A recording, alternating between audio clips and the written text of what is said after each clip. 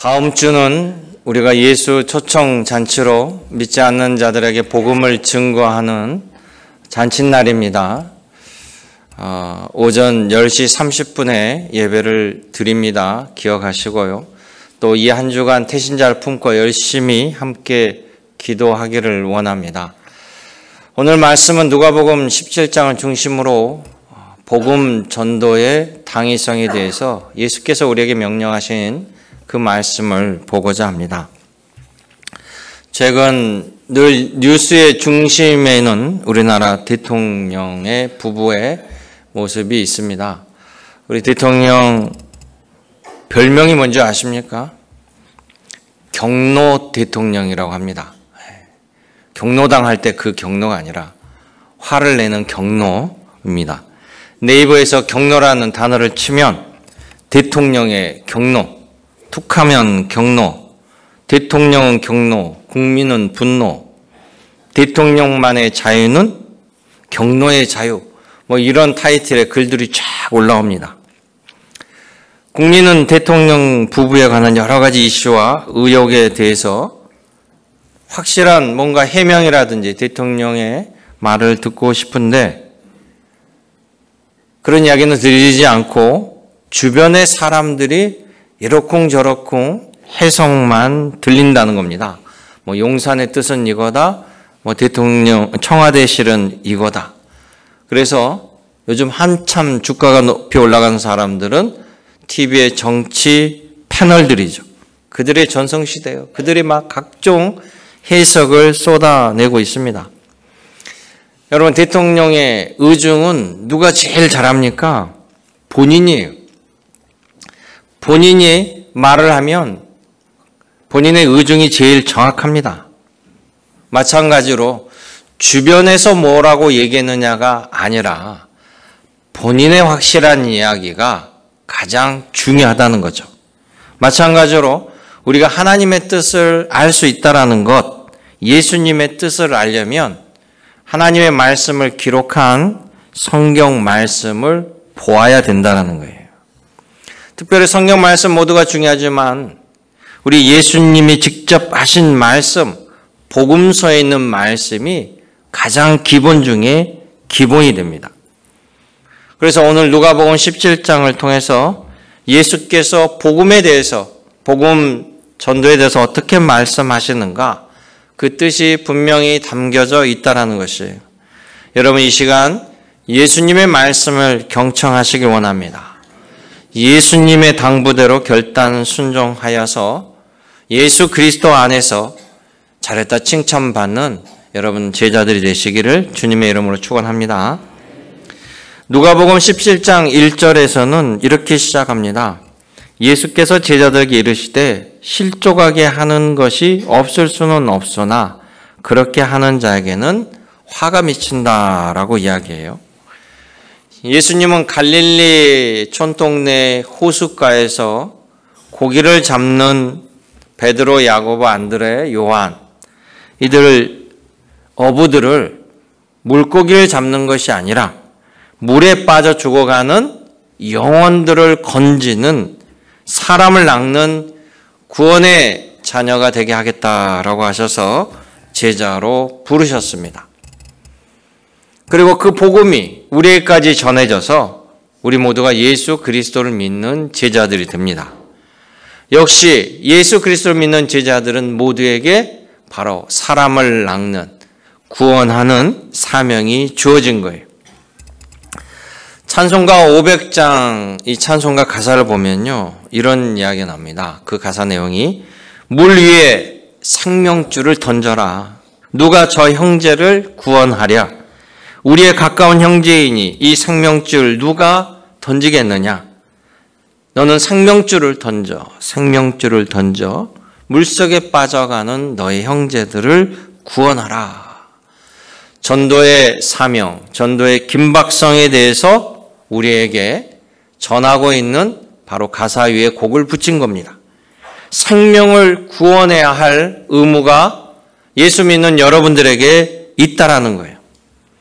그런데 우리가 그것을 하지 아니하고 못 본 척 해버린다라면 여러분, 그것이 바로 직무유기가 된다는 사실을 기억하시기 바랍니다. 직무유기, 남이 빠져 죽든 말든, 남이 어떻게 되든, 남이 잘못된 길로 가든 나와 상관없다. 남이 실족하게 되어도 저것은 내 일이 아니야. 이런 태도를 가진 사람들에게는 화가 있다라고, 화가 미칠 거라고 예수님께서 단호하게 말씀하신다라는 거예요. 남이 잘못된 길로 가는데 적극적으로 구해주지 않는 것, 그것이 바로 실족하게 내버려 두는 것이죠. 이것을 다른 말로 우리의 가진 책임을 피하는 거기 때문에 직무유기라고 합니다. 2021년도 인천에 있는 한 빌라에서 층간소음으로 2층 주민과 3층 주민이 분쟁이 났습니다. 2층에서 3층에게 항의를 했습니다.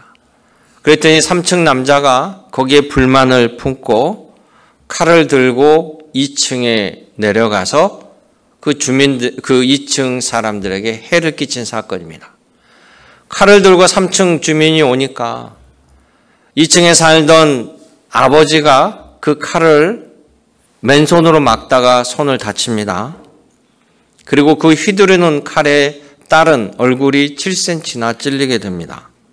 아내는 경추에 손상을 입어서 식물인간이 되어버린 엄청난 사건입니다.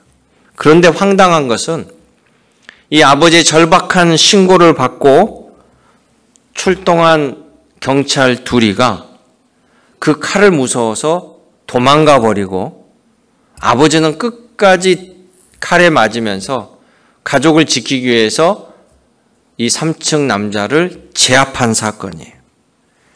경찰이 이 칼부림을 했던 사람을 제압했다라면 더 큰 피해를 막을 수 있었는데 오히려 정작 이 칼부림의 사건을 막아야 할 경찰은 둘이나 도망을 가버리고 그 시민은 피해를 보고 딸은 중상을 당하고 아내는 식물인간이 되어버렸기 때문에 이 사건이 워낙 커서요. 이 경찰 둘은 결국 해임이 되고 해임된 거로 끝나는 것이 아니라 직무유기로 검찰에 넘어갑니다. 법정에서 판사가 이 경찰 둘을 향하여 호통을 쳤습니다. 어떻게 시민을 보호하지 아니하고 경찰이 칼을 무서워 도망을 갈 수가 있느냐. 그랬더니 그 재판을 맡는 경찰이 그럼 그 상황에서 우리가 대신 칼을 맞아야 됩니까? 라고 항변했다가 그거 역시 기사거리로 나와서 모두의 공분을 샀다라는 것이죠. 경찰은 시민을 보호하고 범죄자를 제압하는 것이 임무입니다. 그 임무를 소홀히 하면 그것이 바로 직무유기가 되는 것이죠. 남이 다치게 죽거나 놔두는 것, 위험에 처해 있고 또 교통사고로 피를 흘리고 누워있는데 경찰이 그걸 보고 외면한다는 것은 커다란 잘못이고 자기 책임을 다하지 못하는 것이죠. 예수님께서도요. 예수님을 믿는 우리들이 남을 구원하지 아니하고 실족하게 방치하는 것 결국은 우리의 임무를 저버리는 일이다라고 이야기합니다. 이스라엘 백성들은 출애굽에서 가나안 땅으로 진입하고자 40년을 우여곡절 속에 가나안 땅 앞에까지 왔습니다. 그런데 40년 오기 전에 한 2년 차에 가나안 땅 코앞에까지 가네스 바다에 왔어요. 그래서 12명의 정탐꾼을 보냈습니다. 하나님이 들여보내준다라고 하는 그 땅 앞에 와서 그 땅을 들어가면 되는데 정탐꾼을 보낸 자체가 의심이 기본으로 되어 있는 거죠. 그런데 그 중에 2명은 저 땅은 좋은 땅입니다. 하나님이 인도한 땅입니다. 들어갑시다 라고 했는데 10명은 어떻게 했습니까? 10명은 저 땅에 들어갈 수 없습니다. 들어가면 우린 죽습니다. 결국 그 10명의 이야기가 백성들을 실족케 했습니다. 하나님은 분노하셨고 결국 그 10명의 정탐꾼은 가나안 땅에 들어가지 못했습니다. 남을 실족케 한 거죠. 여러분, 예수 그리스도를 안 믿고 심판의 길로 가는 영혼들에게 경고해서라도 돌아오게 하는 것이 바로 전도라는 사실입니다. 오늘 성경 말씀에 그들에게 경고하고 회개하고 돌아오거든 그들 기쁨으로 맞이하라고 합니다. 이것이 바로 예수님의 명령이에요. 여러분 믿으시기 바랍니다. 여러분 모두가 예수 그리스도의 복음을 전하는 책임을 다할 때 주님이 주시는 갑절의 은혜가 함께할 줄을 믿습니다. 둘째, 예수께서는 17장 5절에서 6절, 10절 말씀을 통해서 믿음만이 우리의 힘이요 능력이라고 가르쳐 주십니다. 마가복음 9장 23절에 보면요. 하나님을 믿는 자, 예수 그리스도를 믿는 자에게는 능히 하지 못할 일이 없다라고 예수님께서 말씀합니다. 곧 믿음이 능력이라는 거예요. 그래서 누가복음 17장 5절에서부터 6절에 예수께서 이렇게 얘기합니다. 너희가 겨자씨만한 믿음이 있다라면 몇백 년이 살아와서 엄청 큰 거목인 뽕나무더러 네가 여기서 뽑혀서 바다에 심겨져라 라고 하면 그대로 순종하여 그 일이 일어난다는 거예요. 이 말은 곧 믿음은 기적을 일으킨다라는 말이에요. 그것도 하나님을 믿는 믿음의 행동이 이 같은 기적을 불러 일으킨다라는 사실입니다. 그 기적은 내가 행하는 것이 아니라 주님이 하시는 일이죠. 그래서 우리의 믿음은요, 맹목적인 신념이 아닙니다. 우리가 믿는 그 믿음, 천국 백성이라는 것, 죽음 위에 하나님의 나라에 올라간다는 것, 밑도 끝도 없이 그냥 죽으면 좋은 데 가지 않아야 할까? 이렇게 갈망하다가 천국이랑 극락이랑 인간이 고안해낸 것이 아니라 우리가 믿는 믿음은, 기독교의 믿음은 창조주 하나님이 주신 말씀과 그 창조주 하나님께서 그 말씀대로 이루어 주신 것을 보고 듣고 체험한 그 은혜가 우리들에게 전수되어져서 믿는 거예요. 그리고 옛날에 일어났던 기적의 사건을 그대로 전수되는 것이 아니라 오늘 예수 그리스도를 믿고 하나님을 믿는 자에게 수많은 기적의 역사가 동일하게 나타난다는 사실입니다. 그래서 우리가 믿는 그 믿음의 출발점은 살아계신 하나님의 말씀을 믿는 거예요. 예수님 말씀도 살아계신 하나님 말씀입니다. 그대로 이루어지는 겁니다. 그래서 우리는 성경 말씀이 중요한 거고 성경 말씀이 바로 주님의 뜻이고 핵심이에요. 특별히 성경 말씀을 보면 우리 성경은 이렇게 보면 한 권이지만 이 안에는 총 66권이 함께 있습니다. 구약의 39권, 신약의 27권. 구약은 창세기로부터 시작하고 신약은 마태, 마가, 누가 이렇게 시작하고 요한계시록에 끝나잖아요. 그런데 성경책을 보면 항상 첫 장, 첫 줄이 중요해요.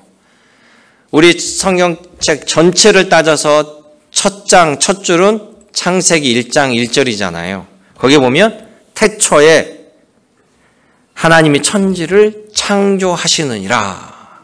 이 세상 창조주, 태초에 아무것도 없던 시절에 무에서 유를 창조하신 창조주 하나님이 계시다는 것을 선포하고 시작합니다. 그러니까 이 책은 창세기 1장 1절에 의하면 하나님에 관련된 말씀이 담겨져 있는 책이죠. 또 시편을 보면 시편은 150편이 들어가 있어요. 그런데 시편의 첫 장, 첫 줄, 1장 1절에 뭡니까? 복 있는 사람은 악인들의 꾀를 따르지 아니하며 죄인들의 길에 서지 아니하며 오만한 자의 자리에 앉지 아니하고 이렇게 시작해요. 그러면 시편 전체는 뭘까요? 복받을 사람, 행복한 사람은 어떤 사람이냐를 전해주는 말이에요. 그러니까 1장 1절만 봐도 복 있는 사람은 어디예요? 어느 자리에 있냐가 중요한 거죠. 죄의 자리에 있을 거냐? 은혜의 자리에 있을 거냐? 범죄의 자리에 서 있을 거냐? 하나님의 복된 축복의 자리에 있을 거냐? 오만하고 교만한 자기 힘을 믿고 사는 자리에 설 거냐? 나의 구주가 되시고 생사벽의 주관자가 되시는 하나님 편에 설 것이냐? 바로 여러분들은 행복한 사람인 줄 믿습니다.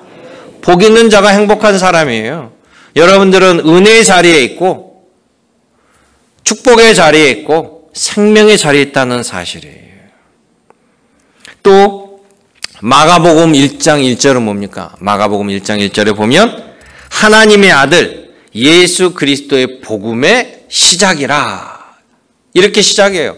마가복음 뭡니까? 결국 구약의 예언대로 하나님의 아들 메시아 예수께서 오셔서 주신 말씀이다. 우리는 이렇게 살아계신 하나님 말씀을 믿고 의지합니다. 이게 믿음이에요. 그래서 살아계신 하나님 말씀을 믿고 의지하는 자들에게는 놀라운 믿음의 역사가 일어나는 거예요. 왜? 살아계신 하나님이 그 역사를 베풀어 주시니까. 우리가 간청하고 의지할 때 하나님께서 역사하시니까. 여러분 자녀들 있잖아요.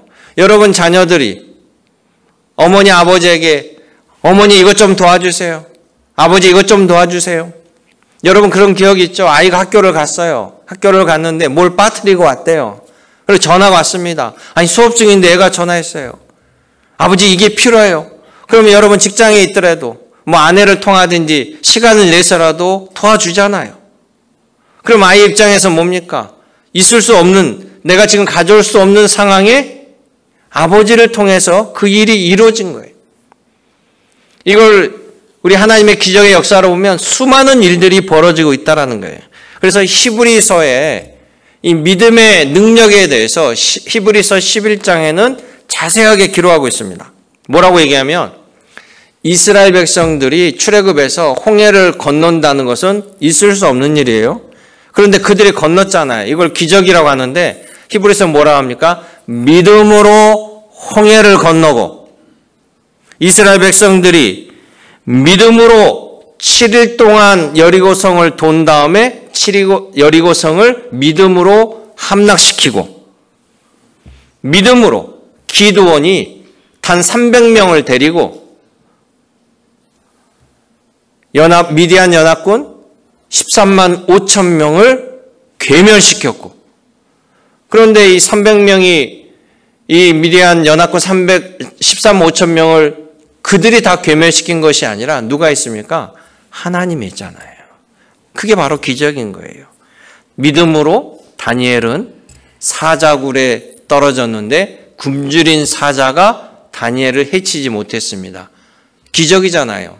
굶주린 사자굴에서 살아나온 다니엘. 그 사자의 입을 누가 틀어막았습니까? 하나님이 틀어막으신 거예요. 여러분 믿음은 순종의 역사가 나타납니다. 믿음의 순종이 놀라운 역사를 나타내는 거죠. 여러분 복음 전도도 믿음의 순종이고 놀라운 역사를 체험하게 될 줄로 믿습니다. 예수님께서 요한복음 4장 35절에 이렇게 말씀하셔요. 너희 눈을 들어 밭을 보라. 희어져 추수 때가 되었도다. 너희에게 저 열매를 거두러 보내었나니 다른 사람이 노력한 것에 참여하도록 보낸다. 할렐루야.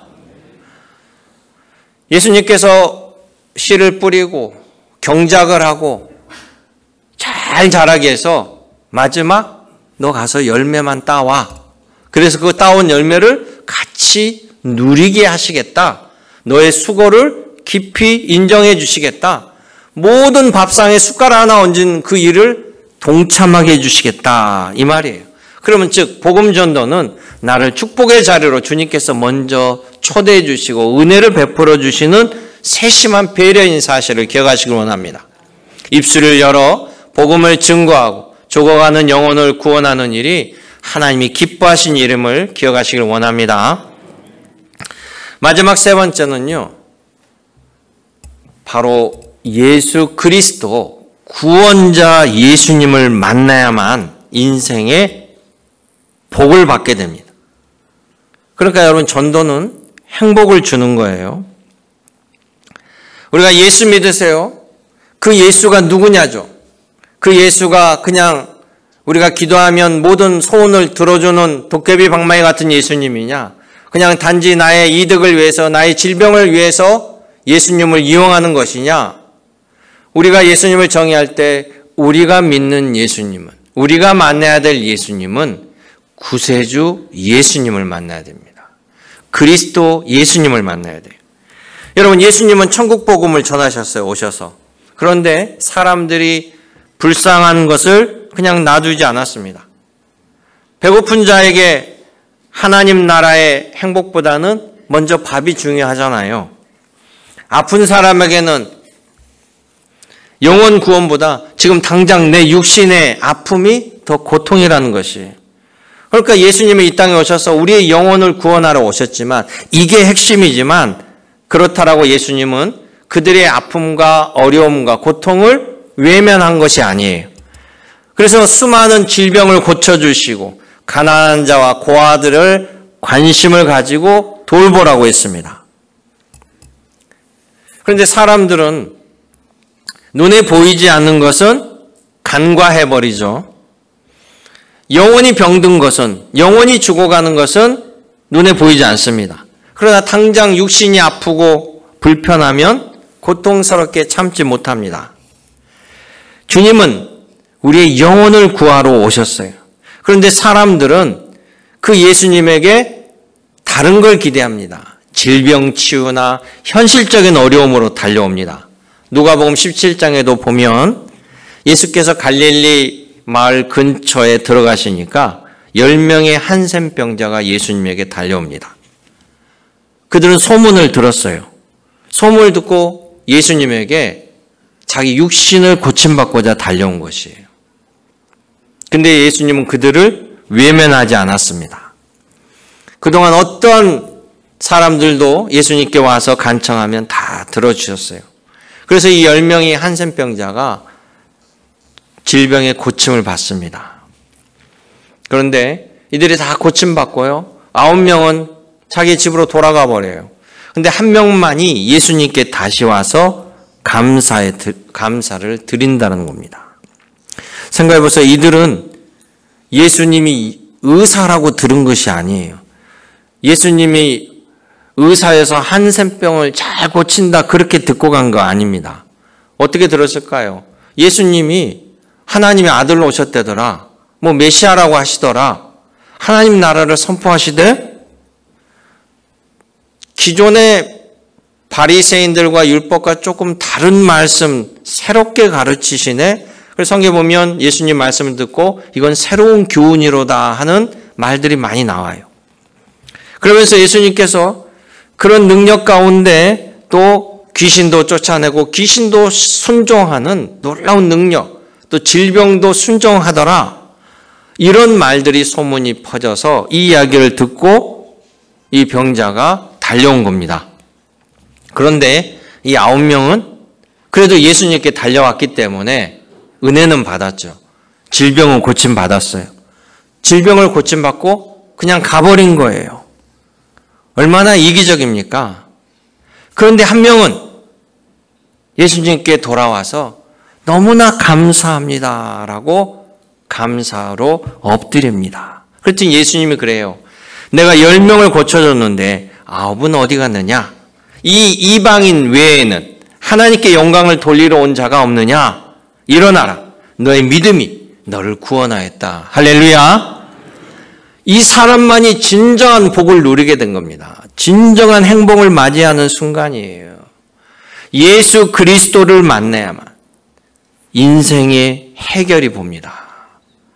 나머지 9명은 육신의 질병을 고쳤지만 정작 중요한 영혼의 건짐은 받지 못했어요. 유다처럼, 가룟 유다처럼 예수님 옆에 따라다녔지만 그 은혜를 저버리고 지옥 간 사람처럼 떠나가 버린 거예요. 예수를 만나야 되는데, 구주 예수님을 만나야 되는데 다른 것만 기대하고 그 기대를 충족하니까 가버린 거예요. 수많은 사람들이 그런 믿음에 서 있기도 합니다. 그건 믿음이라고 말하기를 어렵죠. 그래서 우리는 예수 그리스도를 만나는 것이 중요해요. 모두가 교인이지만, 모두가 예수님을 고백하지만 과연 내가 예수님을 구주 예수님, 구세주로 영접하고 있는지, 나에게 실질적으로 도움을 줄 수 있는 분으로 믿고 의지하고 있는지 여러분 곰곰이 생각해 보시길 원합니다. 그래도 예수님 만난 건 다행이에요. 여러분이 무당을 만났거나 귀신 푸닥거리를 만났거나 타로점을 보고 다닌 거나 그러면 여러분 영혼이 구원받을까요? 그럴 수가 없습니다. 그들에게는 그럴 능력이 없어요. 자신들도 구원하지 못하는데 무당집도 도둑을 맞고 무당집도 어려움을 당하고 난 무당돼가지고 재벌됐다라는 거 본 적이 없는 것 같아요. 여러분 그리스도 예수님을 만나야 됩니다. 구주 예수님을 전해야 됩니다. 로마의 백부장, 수가성 여인, 돌에 맞아 죽을 뻔한 창기, 또 세리 삭개오, 어부였던 예수님의 제자들 모두가 예수님을 만나고 인생이 달라지고 구원의 복을 얻고 또한 존귀함을 받았습니다. 사랑하는 성도 여러분, 여러분들은 생명의 복음을 전하는 거예요. 예수 그리스도를 전하시기 원합니다. 주님이 기뻐하시고 그 영혼들이 나중에 기뻐하고 복음은 행복을 가져다 줍니다. 얼마 전에 우리 교회 전도되어 가지고 오신 분이 계신데요. 한 일주일 전에 모르는 번호로 전화를 받았습니다. 전화를 받았는데 완도제일교회 목사님이세요? 우리 아들이 드디어 완도제일교회 예수님을 예배하러 갔다고 너무 감사하다고 전화를 하신 거예요. 걔가 교회 갈 애가 아니거든요. 그런데 내가 그 아들을 위해서 열심히 기도했는데 내가 교회를 갔다고 해서 야 담임 목사님 전화번호가 어떻게 되냐 당장 알려주라 그래서 전화를 하셨다는 거예요. 그래서 최근에 오신 분을 생각해 보니까 70이 넘으셨는데 어머니라고 이렇게 쩌렁쩌렁하고 전화를 하신단 말이죠. 그러면서 그 어머니가 제가 파주에 사는데요. 일산에 교회를 나갑니다. 내가 성가들을 하고 있습니다. 혹시 아드님 성함이 누굴까요? 그랬더니 그 지난번에 모자 쓰시고 강단에 저한테 인사로 오신 네? 그러면 어머님이 연세가 혹시 연세가 어떻게 되십니까? 그랬더니 저 32년생입니다. 93세요. 근데 목소리가 너무 쩌렁쩌렁하셔. 지금 성가대를 쓰시고 계신다고요? 성가대를 하신대요. 파주에서 일산이면 그래도 1시간 거리인데 교회를 어떻게 가실까? 담임 목사님이 매주 자기를 모시러 와서 너무 열심히 예배를 드린대요. 그러면서 우리 아들이 교회 간 게 너무 기쁘다고 전화하셨어요. 그 뒤에 3일 뒤에 또 전화 왔습니다. 제가 받았어요. 목사님, 네, 우리 아들 잘 나가고 있습니까? 네, 나가고 있습니다. 내가 맨날 얘기합니다. 그러면서요, 제가 교회에서 성경 필사를 하고 있거든요. 우리 아들한테 너도 성경 필사해라 라고 얘기했는데 혹시 제일교회에서 성경 필사를 합니까? 어머님, 좀 천천히 하시죠. 불과 나온 지 몇 주 안 됐습니다. 너무 기뻐하시면서 그러면서 또 예의는 다 갖추셔요. 목사님 시간 있으세요? 제가 말을 하면 좀 길어지는데 아들이 교회 가는 게 예수님 믿는 게 너무 감사하고 엄마는 기쁜 거예요. 90이 되든 100세가 되든 만약에 우리 하나님도 같은 마음일 거예요. 여러분들이 이렇게 예수 그리스도를 믿는 거 하나님 볼 때 얼마나 기뻐하고 흐뭇해 하실까요? 사랑하는 성도 여러분, 이 행복을 전하시길 원합니다. 여러분 모두 구세주 예수님 때문에 행복하시고 그 행복이 주변에 전해지기를 주님의 이름으로 축원합니다. 참 좋으신 아버지 하나님, 오늘도 주님 전에 나와 주님의 사랑을 체험하게 하심을 감사드립니다. 우린 연약하지만 믿음의 능력을 베풀어 주시어서 복음을 온전히 증거하고 열매 맺게 하여 주시옵소서. 예수님의 이름으로 기도드립니다. 아멘.